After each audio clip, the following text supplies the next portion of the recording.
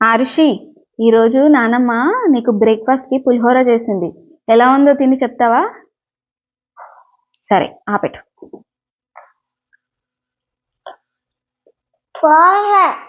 బాగుందా? నచ్చిందా?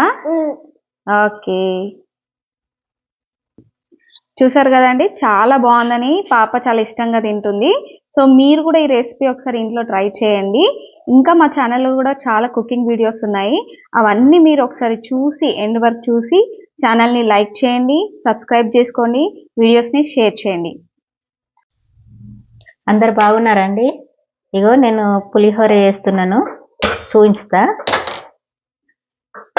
ఇవనండి కడాయి పెట్టినా.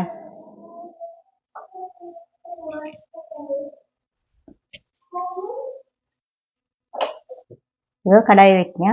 ఇగో అందులోకి కావలసినవన్నీ నిమ్మకాయ, పచ్చిమిర్చి, ఇగో పుదీనా, కొత్తిమీర, మళ్ళీ క్యారెట్, బఠానీ, ఇగో పల్లి, శనగపప్పు, మినపప్పు, జీలకర్ర ఆవాలండి.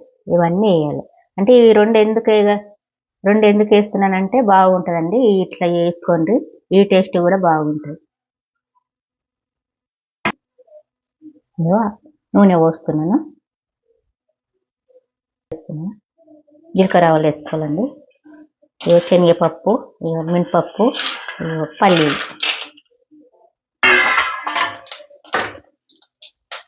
ఇగో పచ్చిమిర్చి, క్యారెట్, ఇగో బఠానీలు, కరివేపాకు కొంచెం ఇవి గోలినాక వేసుకోవాలి. అవి గోలేదాకానండి. ఇక వేడన్నము ఏంటంటే కొంచెం చల్లగా వేసుకొని పెట్టుకున్నాను.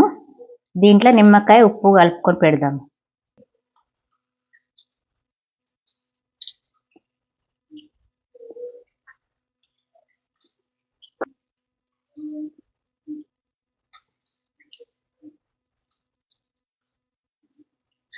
ఇవ్వనండి, ఉప్పు వేస్తున్నాను.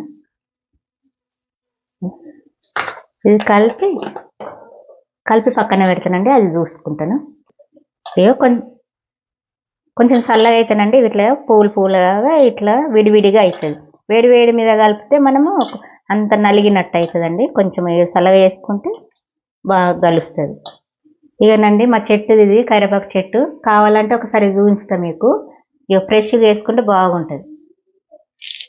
ఇకనండి కొంచెం ఎక్కువనే ఉండాలండి దీంట్లో.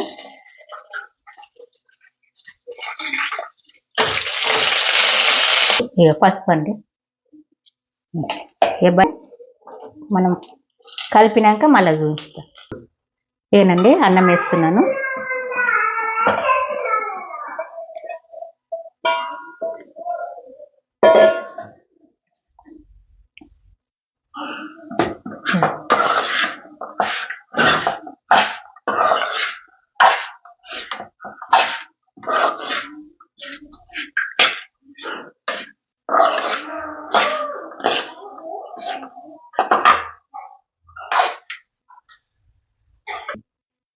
ఇవేనండి అయిపోయింది పులిహోర. ఈజీగా తొందరగా వేసుకోవచ్చు. మీరు కూడా ఒకసారి ట్రై చేసి చూడండి. లైక్ చేయండి, సబ్స్క్రైబ్ చేయండి.